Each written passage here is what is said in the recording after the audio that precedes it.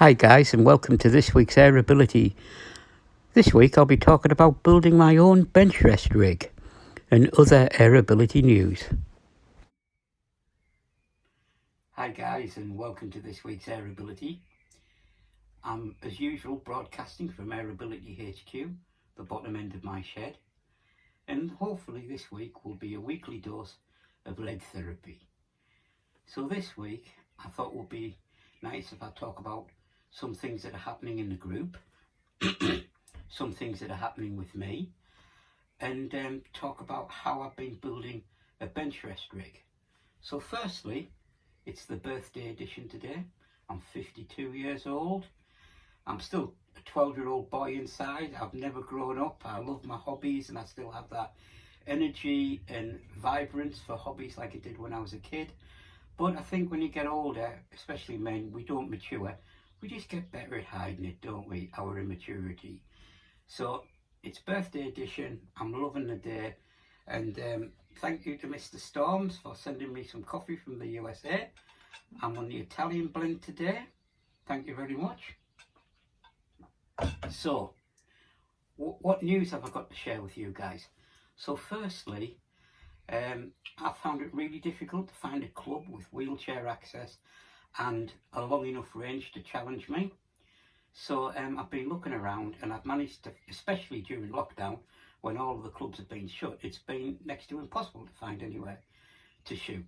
So today I went to visit the Tees Target Club in Middlesbrough, and it looks like they're going to accept me as a member as long as I'm safe and I have a good attitude. I've put all my forms in, and that will be going to the committee, and hopefully they'll let me shoot there in future.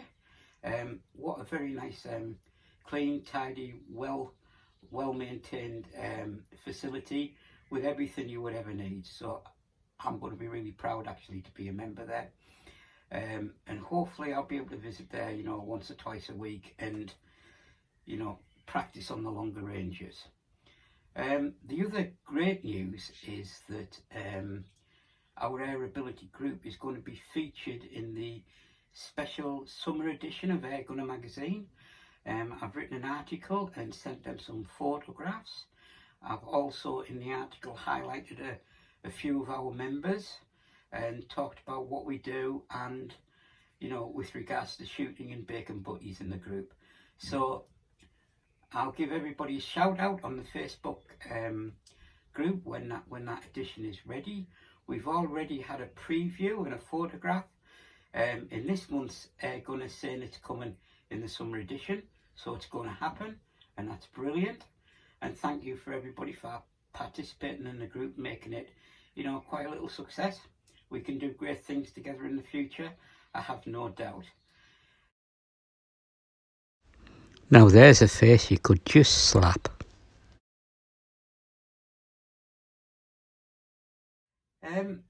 So the main reason today was, what I thought I'd do is I'd talk about, I've touched on it before in my other videos, the rest I used to put my benchrest gun on, and how I came about, how the rest that I'm using at the moment came about, and I was going to show the evolution of how I got to the rest that I'm using at the moment. And maybe as I talk through some of the decisions I've made and how I built it, it might help somebody who is finding it hard to find a rest to suit them. So as lockdown started last year, as I've said before to people, I thought I'm going to try my best to seriously try and become a benchrest shooter, because I'm lucky that I had the facilities at home. So basically I had at the time I had a Day-State Pulsar, probably one of the most accurate air rifles in sub 12 ever made. Fantastic gun. But I didn't have a benchrest rig. But what I did have was I had Dr. Axelrod's mini atlas of aquarium fish.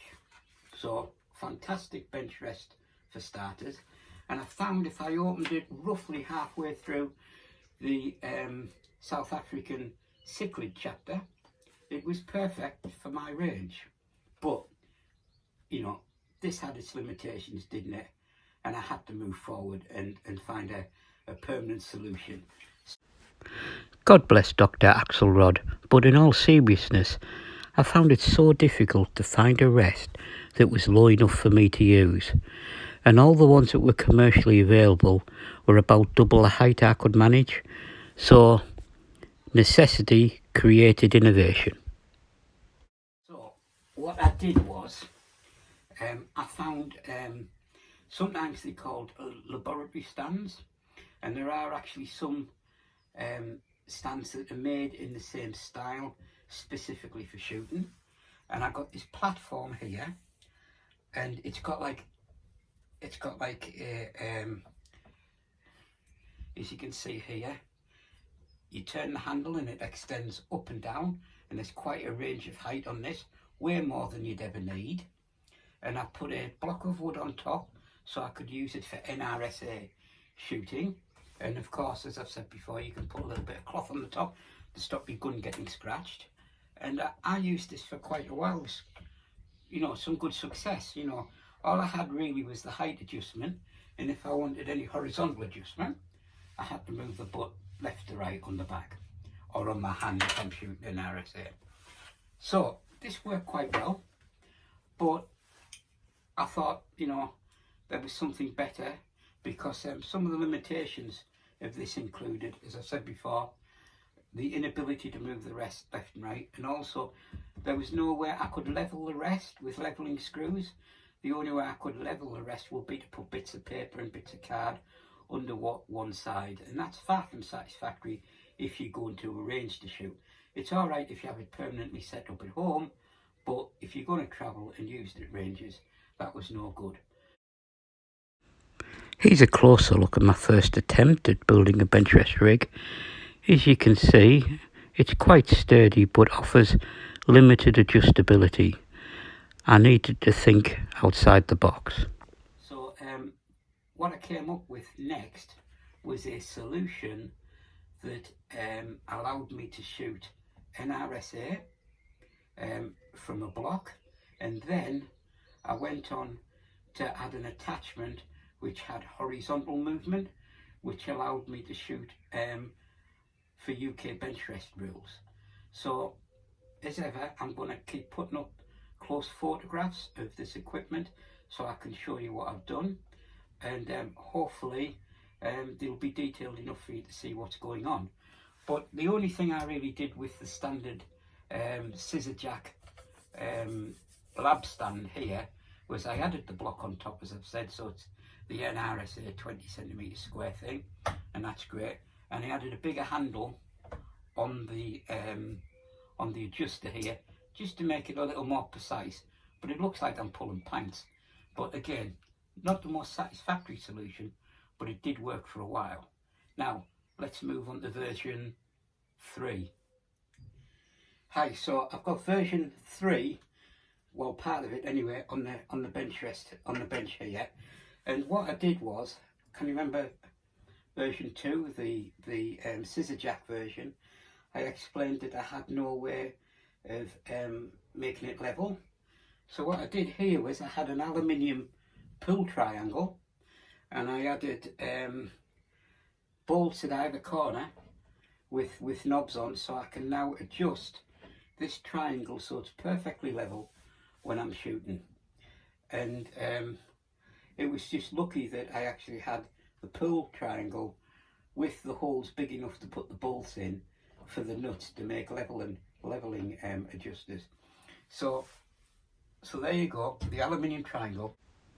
I should get a job for NASA with my ability to build stuff out of junk. But in all seriousness, this ended up a really sturdy base with a lot of adjustability to ensure it's perfectly level. And then I thought, how am I going to build a rest on this quite secure base? So I made two rests. So I made an NRSA rest, so that fits on like this, and it's really secure. And as you can see here, the gun fits great. I've got a non-slip surface on here. I've got the height adjustment, and I've got the adjustment, as I said, to level the unit off. And again, as with all NRSA rents, there's no back bag. You put your hand under the butt and you make the horizontal adjustment with your hand. But this had its limitations. I found that not having the horizontal adjustment when I was shooting UK benchrest targets practicing, it was a disadvantage, and I had to find some way of being able to stay really stable and adjust the rest without having to, you know, wave the back of the rifle round like a ship's rudder. So I had another idea, and I'll just show you it. As you can see, I adapted this roller jack to make my NRSA legal rest, and I even added a spirit level there to ensure I was on the level.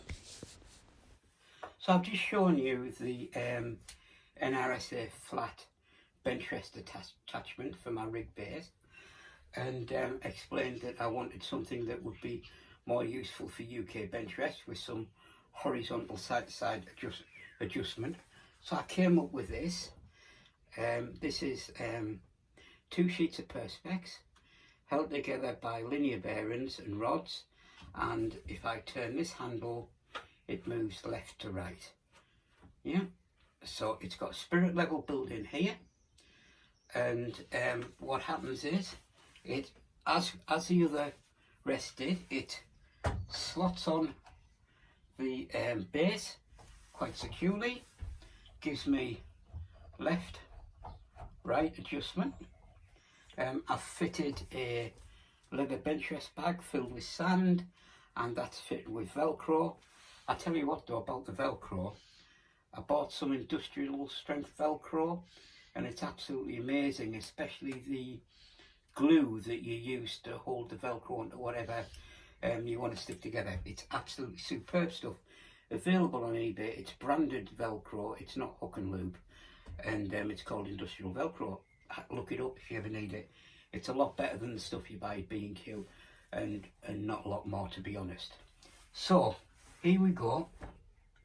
So then the gun sits on the bench here, and you can, using the spirit level on the top and the sand inside, you can level the gun up absolutely perfectly.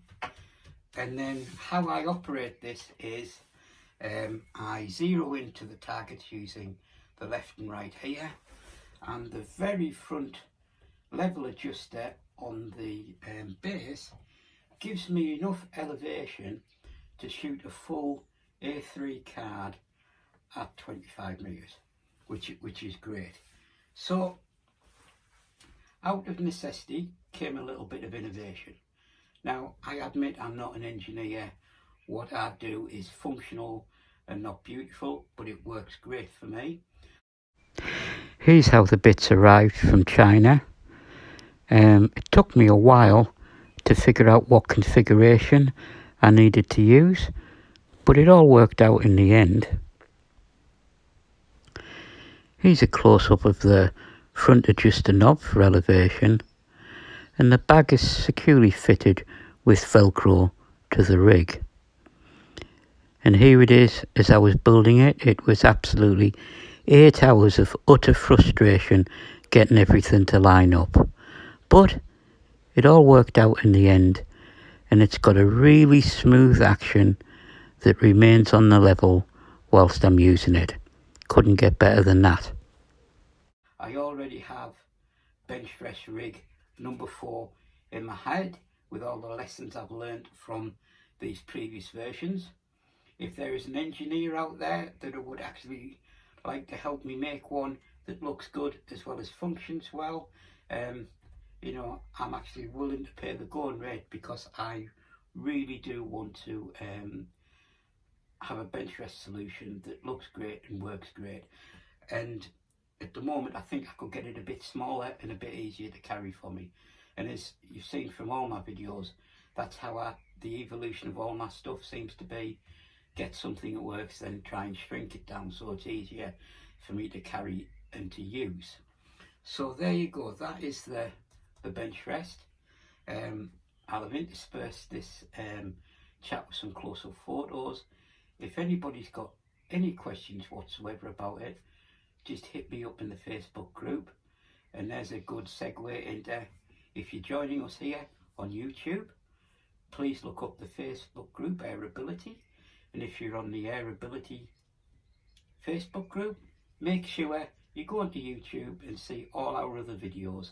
They might be of help. So until next time, take care guys, and remember, always have a safe backstop. Please hit subscribe to see our future videos, and if you know anybody who would benefit from either the Facebook group or the YouTube channel, please let them know about us.